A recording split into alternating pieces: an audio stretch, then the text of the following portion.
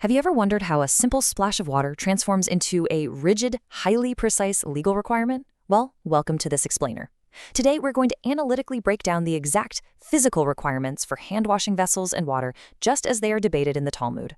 We're looking closely at a foundational discussion that establishes the strict, absolutely non-negotiable physical boundaries of this daily practice. And by examining these parameters, we'll see exactly how abstract legal concepts are translated into very real, very specific material requirements. Here's our agenda for today. First, we'll cover the rabbinic decree. Second, the requirement for a wholly intact vessel. Third, normal water appearance. Fourth, the quarter log minimum. And finally, we'll look at some actual dinner table applications. Section 1. The Rabbinic Hand-Washing Decree. Okay, so before we really get into the weeds of these precise physical measurements, we've got to set the stakes. Why do these physical details even matter so much? Well, it all comes down to the origin and the core purpose of the law. You see, the obligation to wash your hands before eating everyday non-sacred food isn't actually a Torah law. It's explicitly a rabbinic decree. The sages instituted this rule as a strict protective measure. Back then, priests had to eat their sacred portions in a state of absolute ritual purity. So to ensure that the general public wouldn't just get accustomed to eating with unwashed hands and then accidentally defile those sacred priestly offerings when handling them, the sages made hand washing a universal requirement for everyone, even for an ordinary Tuesday night dinner. Knowing that context really establishes the gravity of the physical rules we're about to explore. And this brings us to a really fascinating foundational dialogue recorded in the text. The sage Rav Sheshet poses a series of direct, rapid-fire questions to another sage, Amimar. Rav Sheshet wants to pinpoint the absolute, strictest boundaries of this rabbinic decree.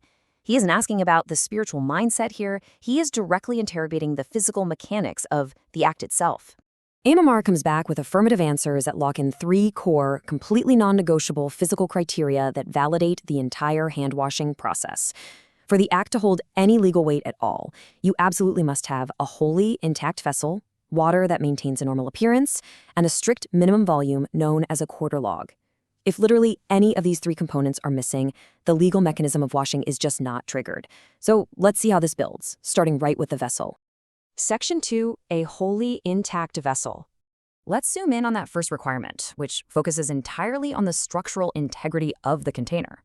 I mean, the water is basically irrelevant if the container holding it doesn't meet the legal definition of a vessel in the first place, right? The crucial point here is that a vessel cannot be merely some makeshift object or a broken container that just happens to temporarily hold water.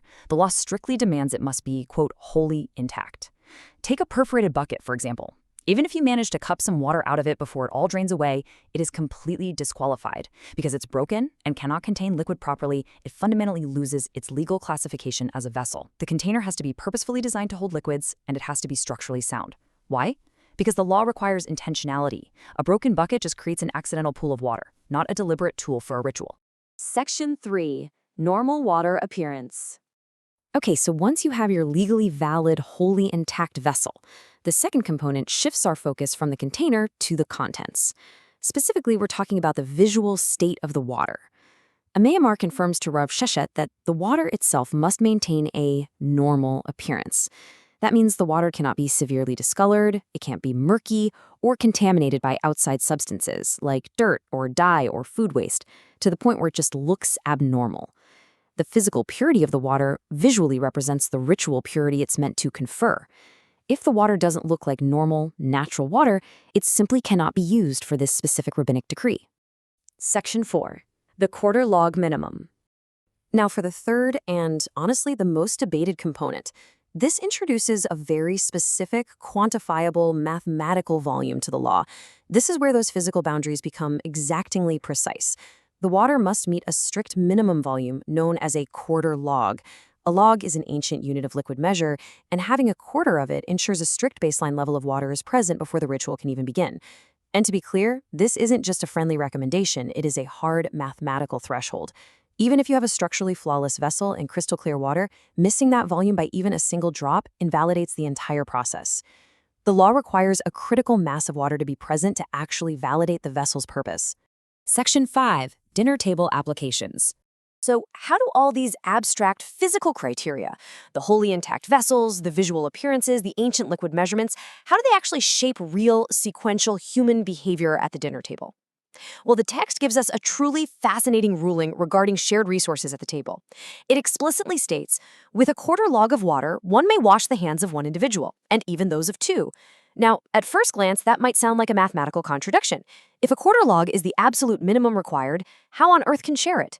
The answer clarifies a profound principle about exactly how this law operates. It brilliantly illustrates the underlying mechanics of the law. The strict quarter log minimum applies to the initial state of the vessel, not the final amount poured on the hands. Let's break it down. Step 1. Your wholly intact vessel begins with a valid quarter log of normal-appearing water. Boom, it has now achieved the legal status of a valid washing vessel. Step 2.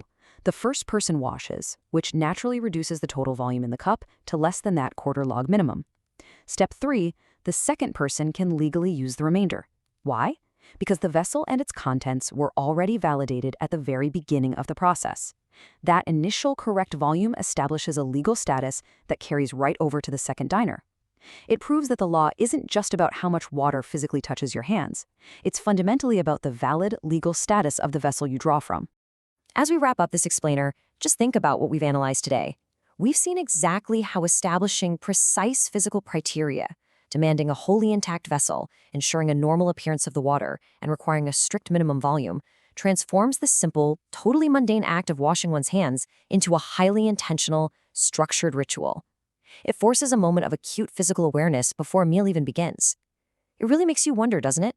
How might implementing strict, intentional physical boundaries change the way we approach our own modern daily habits?